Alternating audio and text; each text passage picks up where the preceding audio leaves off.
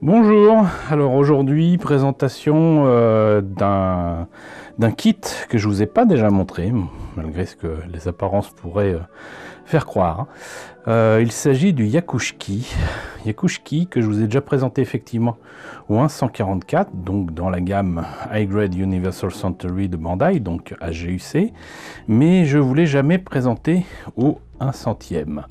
Là, je me suis décidé à le remettre en état, en tout cas tenter de le remettre en état. Et je vais en profiter pour vous présenter aussi son ancêtre, un kit logiquement de 85 ou 86, bien avant que les Master Grade n'apparaissent dans les gammes de Bandai. Et ça va être cool de vous montrer tout ça parce que j'ai pas forcément les boîtes sous la main. Là, je sais que je les ai, mais où? Alors ça, c'est une autre question. Le fait est que j'ai plaisir à vous montrer ce Yakushki parce que j'aime pas trop les mechas bling bling d'habitude. J'aime pas par exemple l'équivalent doré chromé de ce qui a été fait, notamment je crois que c'est dans Gundam Seed Destiny. D'habitude j'aime pas trop, mais là pour ce modèle 100, puisque Yakushki ça veut dire modèle 100, ce modèle 100 qui est piloté donc par Quattro Bagina dans Zeta Gundam, c'est issu de la série Zeta Gundam, et ben moi j'aime bien parce que étrangement ça me fait penser à les débuts de l'aventure spatiale, en tout cas ce qu'on voyait sur certains modules et sur certains engins américains, notamment le module lunaire. Il y avait des espèces de feuilles d'or qui étaient placées sur certains éléments du LEM. Voilà, ça me rappelle un peu ça. Et puis je trouve que ce méca non seulement est superbe, mais surtout est un peu les prémices de ce qu'allait nous réserver Mamoru Nagano, qui, si je ne me trompe pas, est celui qui est à l'origine de ce mecha design et qui a fait d'autres mechas tout dorés, et notamment, bien évidemment, le Knight of Gold dans 5 Star Stories.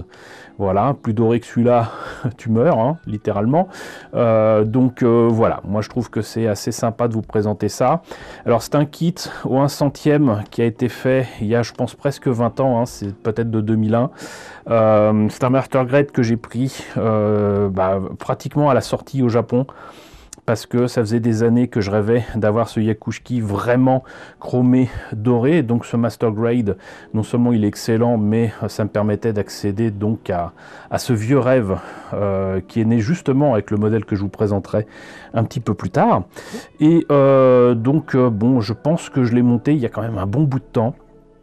Et je me suis contenté dans le montage, bien évidemment je n'ai pas retravaillé le chrome, mais j'ai travaillé les armes, ici les tuyaux sur le buste, le backpack, le bleu du buste est peint, les rouges des pieds, des semelles c'est peint aussi, voilà. Le bazooka bien évidemment est peint. Voilà, les tuyères, les trucs comme ça. L'intérieur ici des jambes, il n'y avait pas spécialement un inner frame, mais c'est peint également avec un petit dry brush dessus, donc aluminium. Pour ceux qui se poseraient la question, le chromé ne donnait pas spécialement de problème à ce kit parce qu'il a été très très bien conçu, sachant que donc les parties qui étaient coupées de la grappe chromée ne se voit pas nécessairement au final parce que les pièces s'emboîtent très très bien. Je vous ai fait une photo puisque bon, une des épaules c'était déboîté, donc j'en ai profité pour la remonter, mais on voit justement très bien les ergots sur une des pièces. Je vous ai photographié ça, comme ça vous verrez ce que ça donne à ce niveau là. Et puis surtout bon, il y a d'autres belles surprises avec ce Master Grade, outre que je trouve qu'il est superbe, c'est que il a aussi un cockpit qui s'ouvre et où on voit le pilote. Alors là je vais pas le faire parce que j'ai toutes les chances de tout foutre en l'air, et puis avec les gants là c'est pas facile, mais là aussi je vous ai fait des photos. Les deux pièces chromées ici sur les côtés s'ouvrent, le cockpit du coup peut s'ouvrir, et à l'intérieur il y a bel et bien Quattro Bagina que j'ai peint. Voilà, j'ai peint la figurine qui est livrée avec, hein, bien évidemment au 1 centième.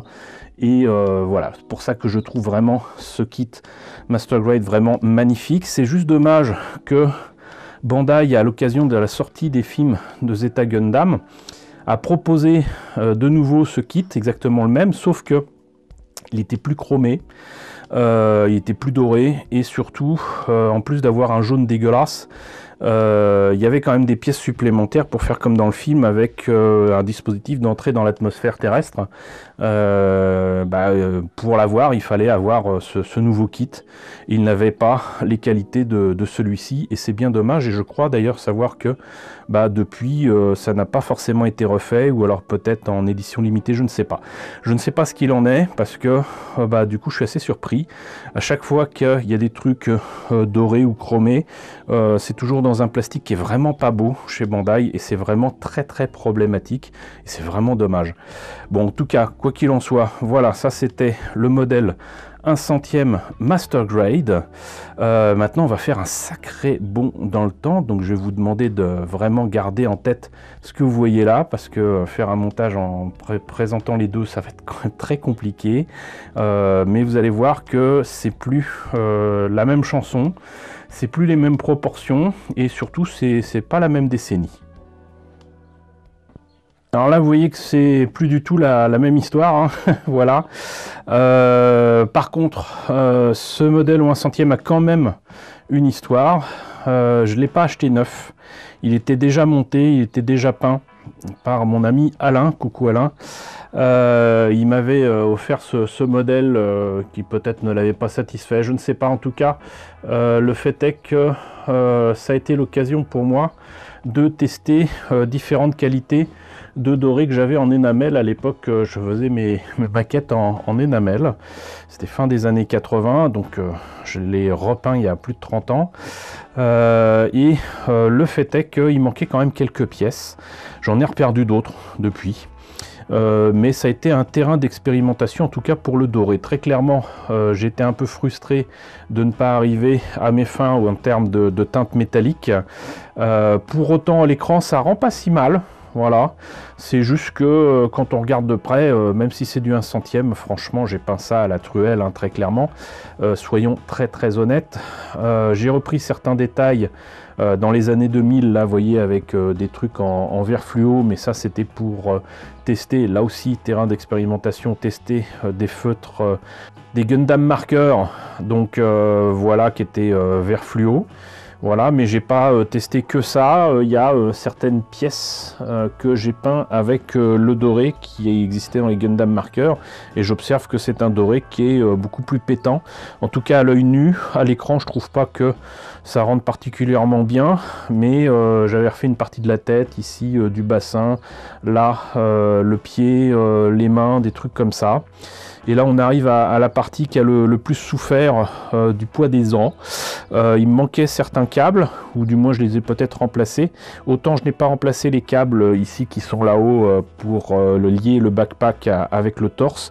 Autant ici au niveau des jambes, je ne sais pas si vous voyez bien, mais donc il y a des câbles qui sont en fait des éléments qu'on trouvait assez souvent à l'époque dans les porte-clés. Et donc ces espèces de chaînes en métal articulé qui étaient parfaites pour faire ce genre de remplacement. Voilà, il y a même là un élément qui est d'origine avec la peinture qu'avait fait donc Alain. Et voilà, c'était en fait l'arme, le sabre laser donc du Yakushki, que là j'ai repeint en doré. Et là c'était un cure-dent, un cure-dent en plastique ou un truc d'apéritif, vous savez. Bon, c'est pas la bonne couleur, mais au moins était-il transparent. Parce que je comprenais pas pourquoi à l'époque Bandai ne faisait pas des éléments transparents comme ça. Sinon là ça se voit pas nécessairement, parce qu'entre guillemets c'est propre, mais il manque des éléments ici avec des doubles tuyères qui normalement devraient se situer ici. Et il me semble que il manque des éléments aussi dans les jambes. Voilà, oui, il y a des trous sur la jambe droite. Mais on va éviter de le faire tomber pour ça. Mais là, donc, il manque les éléments, mais ça se voit pas trop. Donc, voilà. Mais un jour ou l'autre, je le remettrai en état et je verrai si je continue cette idée de terrain d'expérimentation. Parce que le nettoyer, il y a certes des tonnes de peinture dessus. Mais bon, c'est, comment dirais-je, une maquette témoin, quoi, voilà, de mes essais de peinture dorée, de remplacement de pièces et tout. Donc je l'aime bien comme ça. Voilà, c'est pas quelque chose que j'exposerais forcément en salon ou quoi, parce que les gens comprendraient pas pourquoi je montre une maquette aussi mal foutue.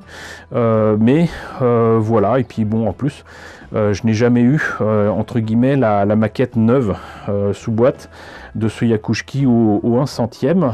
Je l'ai, je pense, au 1/220. Il faudra que je vous montre cette collection-là de maquettes Bandai où ils ont essayé avec Zeta Gundam pas d'imposer, mais de proposer une autre gamme, une autre échelle de maquettes pour Gundam, à part le 144 et le 1 centième et d'autres. Parce qu'ils avaient tenté plein d'échelles pour la première série, et ils avaient tenté des maquettes vraiment toutes petites. Qui était donc du 1/220 si je me trompe pas, et je l'ai normalement à cette échelle là, ainsi que le Zeta Gundam, le Rigdias et quantité d'autres engins que l'on voit dans Zeta Gundam. Donc voilà, là le cockpit ne s'ouvre pas de pilote, rien, mais je l'aime bien cette maquette, franchement. Pour un kit qui a 35 ans, je trouve quand même qu'il avait, comme souvent, du potentiel. Pour en tirer le maximum, fallait vraiment en vouloir. À l'époque, c'était pas, je vais pas dire que c'était pas mon cas, je vais dire que tout simplement j'avais pas l'expérience, l'expertise que j'ai maintenant 35 ans plus tard, mais le fait est que bon, j'aime bien ce kit, et ça fait partie de ces kits Bandai et de Gundam qui très clairement avaient le potentiel de devenir des choses exceptionnelles, et c'était ce qu'ils proposaient à l'époque dans différentes publications, et notamment dans le roman, le roman photo même de Gundam Sentinel. On sent qu'effectivement tout le potentiel de ces maquettes là ont été utilisés. Donc voilà, je vais terminer peut-être par une petite comparaison photo avec le Yakushki. Je vous ai fait une photo tout à l'heure, comme ça vous permettra de constater que c'est clairement pas les mêmes proportions. C'est la même échelle, c'est presque la même hauteur, mais c'est pas du tout les mêmes proportions, quelles que soient les pièces. Mais voilà, on sent qu'il y a quand même tout un monde entre les deux, et qu'il y a très clairement aussi une bonne vingtaine d'années d'expérience de Bandai dans la maquette et dans la maquette Gundam qui les séparent très clairement, mais quand même ce sont de très beaux kits. Voilà, et ben écoutez, j'espère que la présentation de ces Yakushki, tous les deux ou 1 centième, mais de décennies différentes, vous a intéressé. N'hésitez pas à me dire ce que vous en pensez dans la section commentaires, si vous avez connu ce Mobile Suit, si vous avez connu ces maquettes, on ne sait jamais. Dites-moi tout, n'hésitez pas à liker, c'est très important, n'hésitez pas à partager, n'hésitez pas à vous abonner si ce n'est pas déjà le cas. Coucou aux nombreux abonnés qui nous ont rejoints ces derniers temps, bienvenue ici. Coucou aux grands anciens qui me suivent depuis plus de 5 ans, merci à tous de votre fidélité, merci à tous de votre soutien sur Tipeee et sur Paypal. Surtout prenez soin de vous. Je vous laisse avec la liste des contributeurs de la chaîne, et je vous dis à très bientôt, je l'espère, pour la présentation de nouveaux kits Gundam.